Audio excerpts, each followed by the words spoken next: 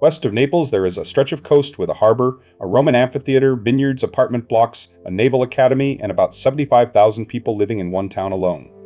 It is also the floor of a volcano, not near one, inside one. The town of Pozzuoli sits at the center of a caldera, roughly 12 to 15 kilometers across, and part of the city of Naples is built over it. The Italians call it campiflegrei, the burning fields. In English, the Flegreian fields. The area contains 24 craters and volcanic structures, and most of them lie under the Gulf of Naples.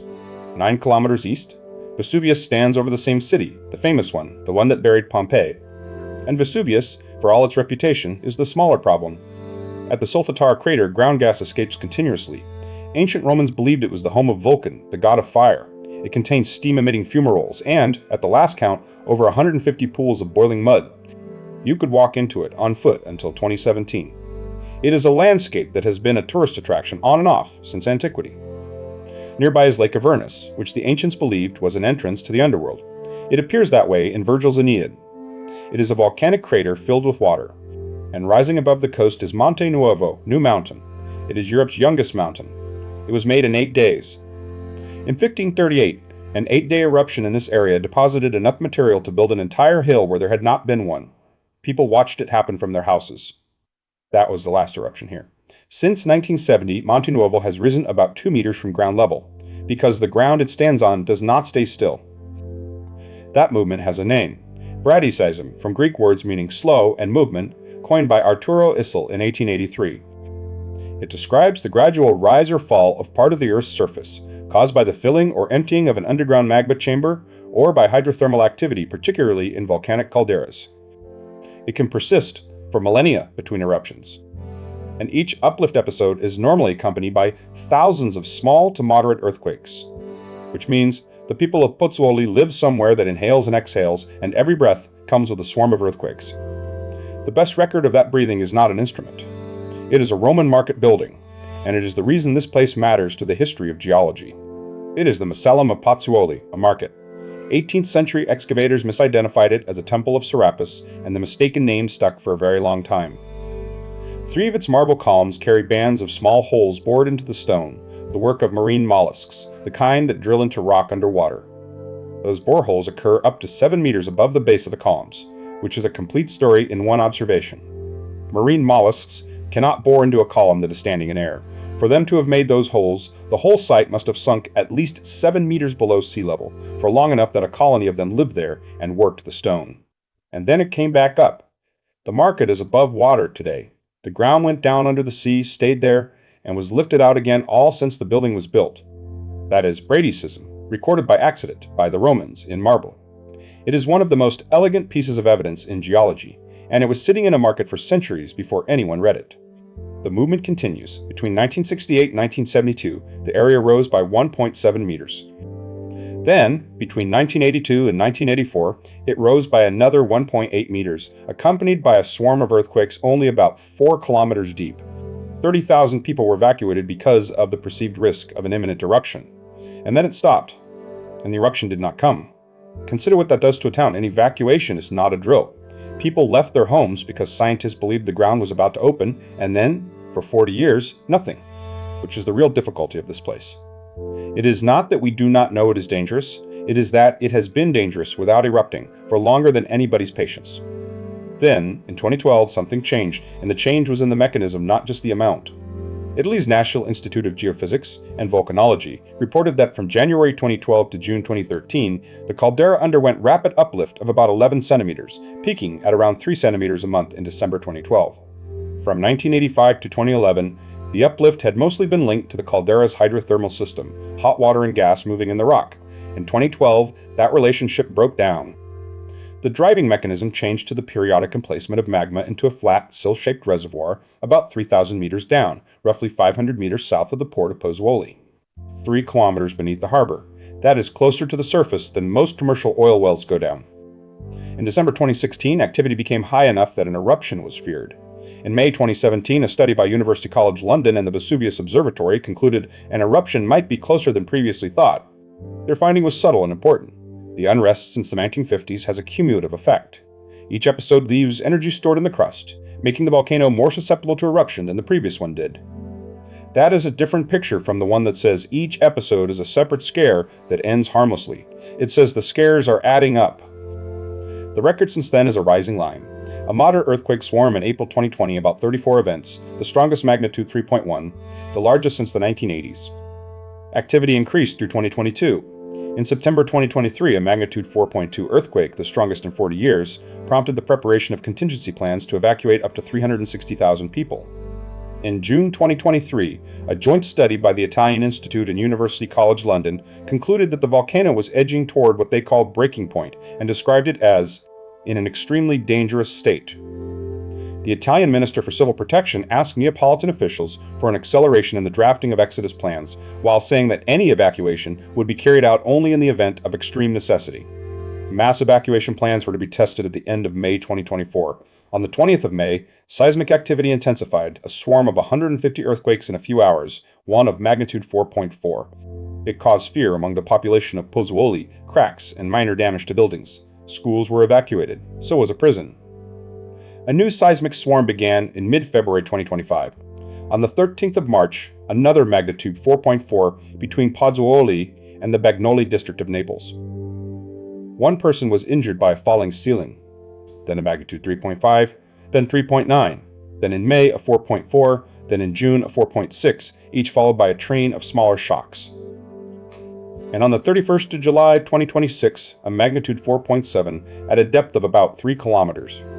These are not large earthquakes by global standards. They are shallow, local ones, in a caldera about 10 to 12 kilometers across, and they are unlikely to propagate far. That is the reassuring part. The unnerving part is what they are a symptom of. The ground is rising because something underneath is pushing, and as of 2023, the reason is not definitively known. There are two competing explanations, and the difference between them is the difference between two very different futures. The first is the shallow magma model. Magma is pushing upward, trying to break through the surface. If that is right, an explosive eruption with magma flow becomes likely. The second is the hot fluids model. Steam and hot gases, generated above a much deeper magma body, are inflating the ground without magma itself moving up. There is a substantial piece of evidence here. Seismic imaging rules out the presence of a large near-surface magma body. What is under Pozzuoli, at shallow depths, is not a great tank of liquid rock. If the hot fluids model is right, the activity could stop abruptly, as it did in the 1980s, or produce a phreatic eruption, an explosion of hot liquids, gases, and rock fragments, rather than a flow of lava. A phreatic eruption is still very dangerous, but it is significantly less dangerous than a magmatic one, and it is a very different thing to plan for. And here's why this specific argument matters far beyond Naples.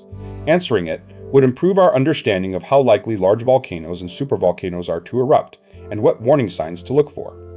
Every restless caldera on Earth presents the same question: ground rising, gas venting, earthquake swarming, and no reliable way to tell whether that means an eruption is coming or the system is simply breathing. Campiflegrei is the best instrumented example of that problem anywhere, because people have been living on it and building on it for 3,000 years. Attempts to look directly have been fraught. A deep drilling project aimed to sink a borehole 3.5 kilometers down to sample the rock and install seismic equipment. Local scientists worried the drilling itself could trigger an eruption or an earthquake. Program scientists replied that it was no different from industrial drilling already happening in the area. The work was halted in 2010, then later resumed. And in 2008 came a discovery that reframes the whole region. Campi Flegrei and Mount Vesuvius share a common magma chamber at a depth of about 10 kilometers. The two most dangerous volcanoes in Europe, either side of a city of 3 million people, drawing from the same reservoir. To know what this system is capable of, you have to look at what it has already done. And what it has already done is difficult to take in. About 39,800 years ago, the companion ignimbrite eruption took place here. It was the largest explosive volcanic event in Europe in the past 200,000 years. Its explosivity index was 7, one step below the highest category on the scale. Estimates of the magma erupted run to roughly 180 to 265 cubic kilometers. It began with an intense Plinian phase, a sustained vertical column. Reconstructions have the column reaching 29 kilometers, peaking at 39, then waning to 26 over about 20 hours. Then the column collapsed, and the eruption entered its second act, a sequence of pyroclastic density currents that spread across an area of 30,000 square kilometers. Those flows surmounted mountain ridges up to 1,000 meters high. In the plain language of the research, they extinguished all life within a radius of about 100 kilometers. The ash, the layer geologists call Y5, dispersed over about 3 million square kilometers, reaching well into Eastern Europe and beyond. The magma contained an estimated 50 to 250 million tons of sulfur dioxide.